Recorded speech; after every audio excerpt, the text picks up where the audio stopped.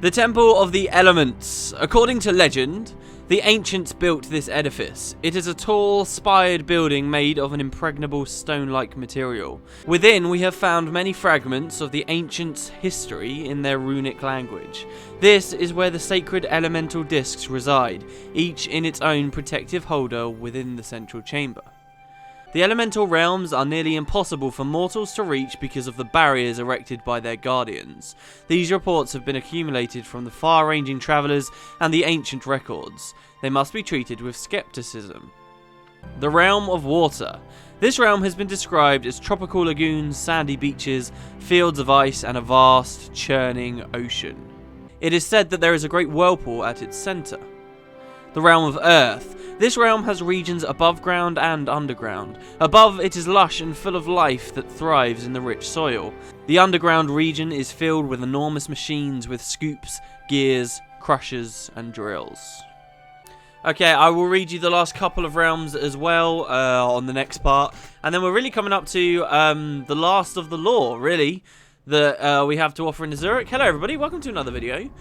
And in my test file, I have now completed the game.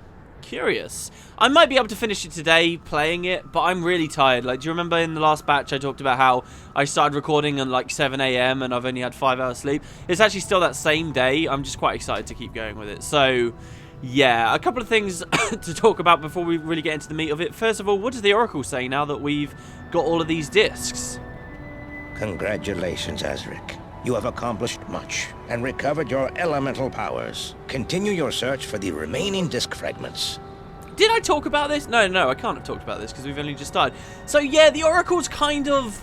It really proves the workings of the Oracle, the main one here. All it does is guide you to new powers. It doesn't talk at all about disc fragments themselves. And once you've got all of your powers, it has no idea where to point you. You know, there should be one more bit of dialogue now, because you have to have all of this stuff done before you can get that life disc, right? So there should be a point now where it says, okay, you've got all these, there's one disc remaining, the life disc, go for it, kind of thing. And then once you return for but it doesn't. He will only ever say that for the rest of the game. So we're on our own now, and that is another thing that makes this feel quite low budget and sort of unfinished. But hey, anyway, last episode, for those of you who missed it, we completed the air disc. So check it out. This is the little air shrine now, which is now spinning.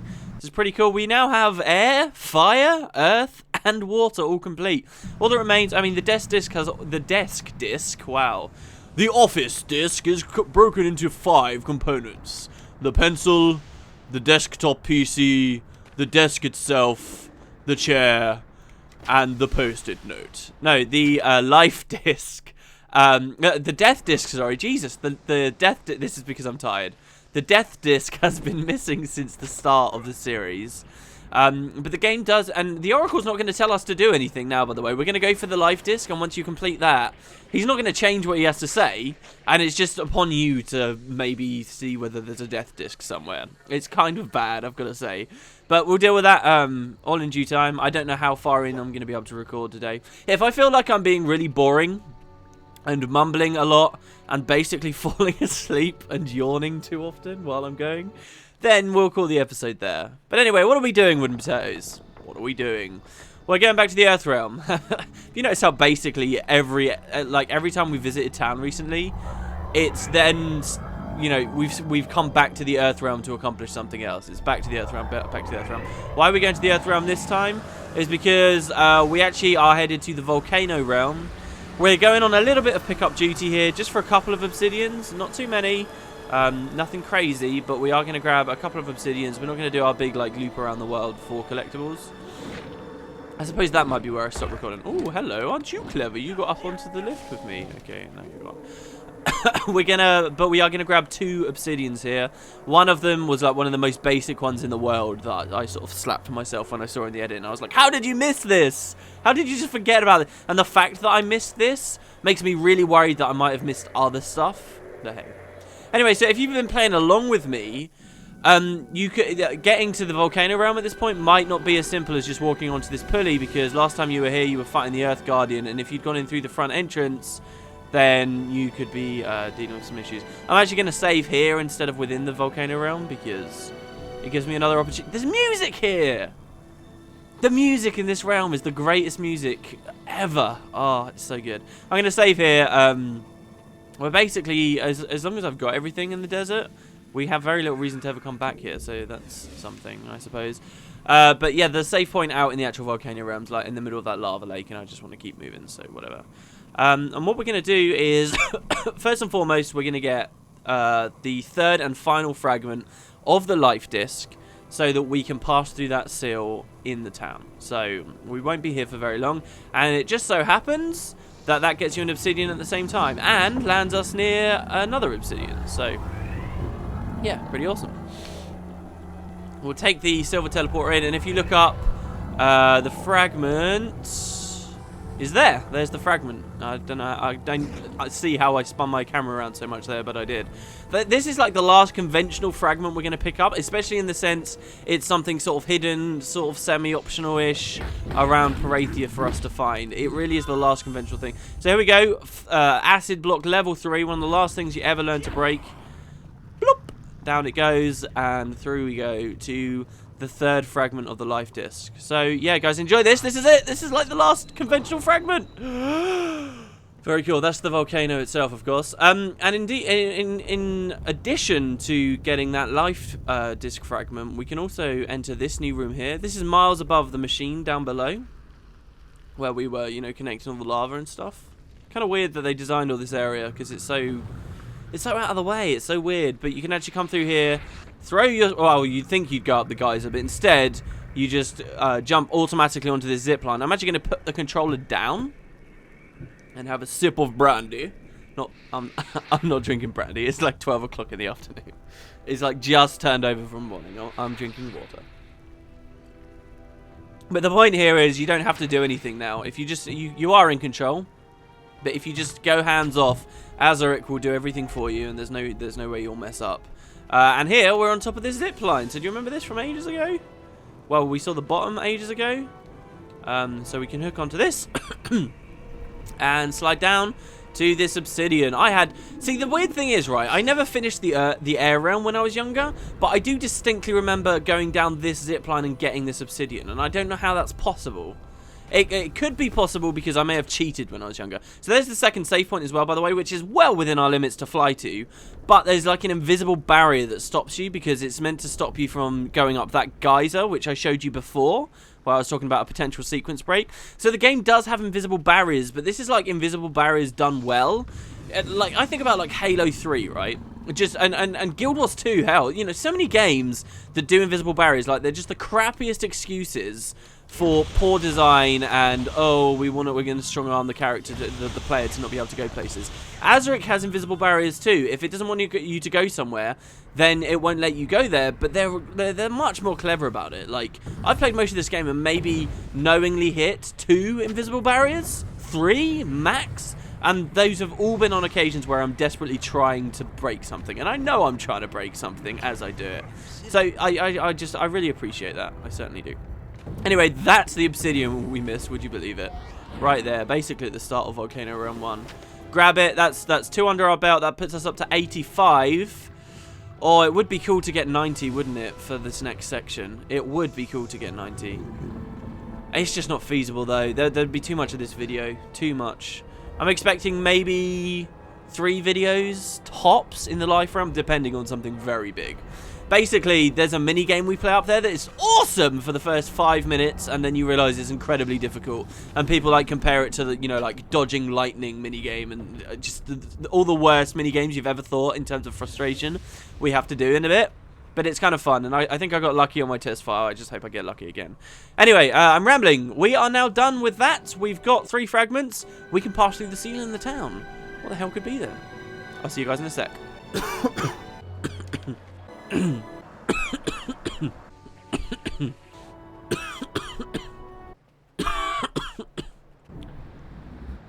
Okay, right, we're back. I just hit save. So, as I demonstrated a long time ago, this is the life seal. There you go. Quite a familiar looking panel there. Let's step on it and see what happens, shall we? Something very obscure and weird, as it would seem. It becomes like a multicolored rainbow. We float on it for a second, and then we get teleported away. Huh? Very odd.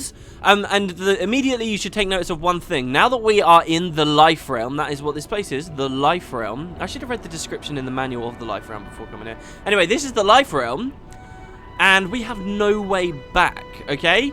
Don't commit to this area unless you know that you've got the time to sink in to do it, because you can't go back after you hit this save point. This is it. Once your ass is here, it's here to stay, so... We're now stuck in the Life Realm. Life Realm, however, is one of the shorter realms in Azurik, probably the shortest realm, and it has no obsidians to find in it. You can return here, but it's got no obsidians to find in it whatsoever, only a few gems for you to go for. It's just kind of difficult with what you've got to do here. It's a cool realm, though. It certainly is. Let's listen to the Oracle and see what we're even looking at here. I mean, it's pretty obvious. This crystal structure is the Life Realm, which processes the sunlight normally hidden from Perathia and enables life on the surface. After collecting the keys, maneuver the energy ball through the stabilizers to repair the Life Realm. And so, sort of a bit of a revelation for me anyway comes out from what the Oracle says there. This whole time we've been playing in this kind of mysterious world that's integrated with machinery. We've been hearing about these ancients, and there's been some sort of mostly metaphorical, it seemed, connection between these machines and how and the discs and how Perathia works. And then you sort of come to this realm and you realize life couldn't exist on this planet quite literally without this machine. This is a giant fucking like fake sun, crystal sun that they're using to reflect and redirect light from a real star to the planet. And without that, it would just exist in permanent darkness and there could be no life on Perathia. Like, life existing on this planet is the direct result of these ancients coming and building great machines. What a cool idea. Okay, so first of all, you have a choice at the bottom left or right. It doesn't matter which one you pick. But the passageway over here is going to stop working. Here's a nice look at their mini sun, by the way. Very cool. And there's actually a switch over here which you're going to want to activate.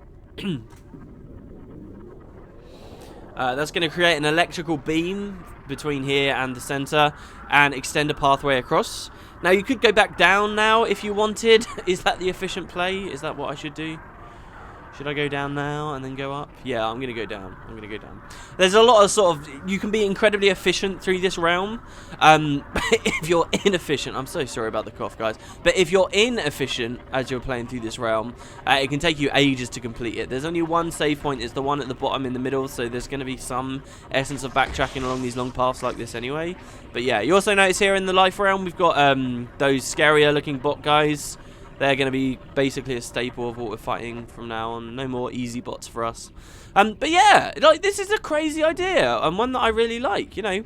It's one of those brief glimpses that actually kind of makes me a little bit more interested in the lore in this game. Sort of like, what were their ideas here? You know, if there could have been the idea of a sequel, what could they have done to do with these ancients, you know? And I also really like the idea that this entire... And I've not really brought it up as we've been playing, which I sort of regret, but we can do it soon when we go back to the planet. This idea that by looking at the sky we're looking at what we assume to be the sun, but it's not a sun at all. It's this giant crystal out up in the sky that's just redirecting light. See, there's some weird obscurities here though, because the idea is this is all in disrepair and it's not reflecting any light or whatever right now because the disc is missing. And yet the whole game we have quite clearly had a day-night cycle and stuff. You know, like the repercussions of the discs being lost isn't really translated well in-game, but hey, I'm not going to complain too much. No, how did that happen? Okay, so a word of advice. If a Blaze Sentinel drops a health pack, like basically over the edge, don't piss about trying to pick it up. So once you've activated the second switch, you're going to activate on the, you know, the other side of the spiral, I guess, this path here too. You're going to want all of these activated just to be on the safe side. Oh wow, my screensaver just came on. No, we can't end right now. I've cut too much out. So to be on the safe side, make sure you've got both activated like this. It's just going to help you for later. And then continue progressing up. It's a really kind of abstract, interesting place we're in. Before, in the air realm, in the Air Guardians place, we had at least a glass dome protecting us. But now, no, we're here and we're breathing just fine. But we're quite clearly well out in space. Here's a great question to ask yourself. Are we looking at Perathia here? This one really close? Is this Perathia? And I sort of wonder whether it is, because it's quite clearly the same planet that we've been seeing, like, as our moon the whole way through the game. It's quite clearly the same as the moon. However, over there is a totally new planet that we've not seen at all. And I mean, this thing here, it looks just so desolate and dead. And I mean, that's obviously because it's a tiny texture that's been blown up to be massive. And it looks really rough around the edges. But still, is that really Perathia? And I don't know what really the answer to that is. I guess maybe that is the idea it is, because it's so close. But what if this sun, this fake sun, is just sort of in orbit near the moon, and that is still the moon, we're just very close to it, and this random new planet that's appeared, that's Perathia. Very yellow looking planet. Or maybe that's the moon, who knows? It's an interesting idea though. It's pretty cool. So anyway, look, we want a key. We need to find the key so that we can activate the next area up. Here's where things get interesting. We're basically going to move over to the crystal formation in the center. Can you see? Oh, that's interesting. Why have they both stopped? Oh, they've both stopped. Okay, if you've activated both switches down below, then that's fine. It doesn't matter which way you go, but you're going to fly over to this central area here. Of course, it's scary as ever, but you can fly a lot further than maybe you'd think you can. Now, if you haven't activated both switches that I've already done, you see this big thing here? It's this ring that's sort of within, you know, coming through these two holes. This will be spinning around very, very quickly, and it's not going to be of any use to you. However, if you've pressed the button on that corresponding side, then it will be useful to you. I would recommend you pick up these gems. They do something really cool in the life realm here, where this entire platform I'm currently stood on is going to start spiraling out of control. So if you want to go for max gems and stuff, grab them before you do anything. However, when you feel prepared, pick one of the sides where this ring isn't spinning around, and if it is spinning around, you need to go back and hit the switch, and you want to stand on this here. Now behind us is a key, and you might think, oh, you can just fly up to that. It's actually slightly too high, slightly too slippery too, so we want that key. How we're going to deal with it is fly over to this. If you're quick, I've probably been a little bit too late here. We're going to fly over to this. I'm not going to let it stop me. Come up the ladder in the middle. I have been too late. Oh, God. Do I risk this? Do I risk this? I'm going to risk it. Fuck it. And then fly over to your key. Oh, he dares. He wins. He who dares wins. That's amazing. If you're really quick, then you could probably even get back onto that thing as well, which would be pretty immense. So you'll grab your key, okay? Now, I would sort of recommend... I thought I was going to die from full damage there. I was terrified. I would sort of recommend don't put any keys in just yet.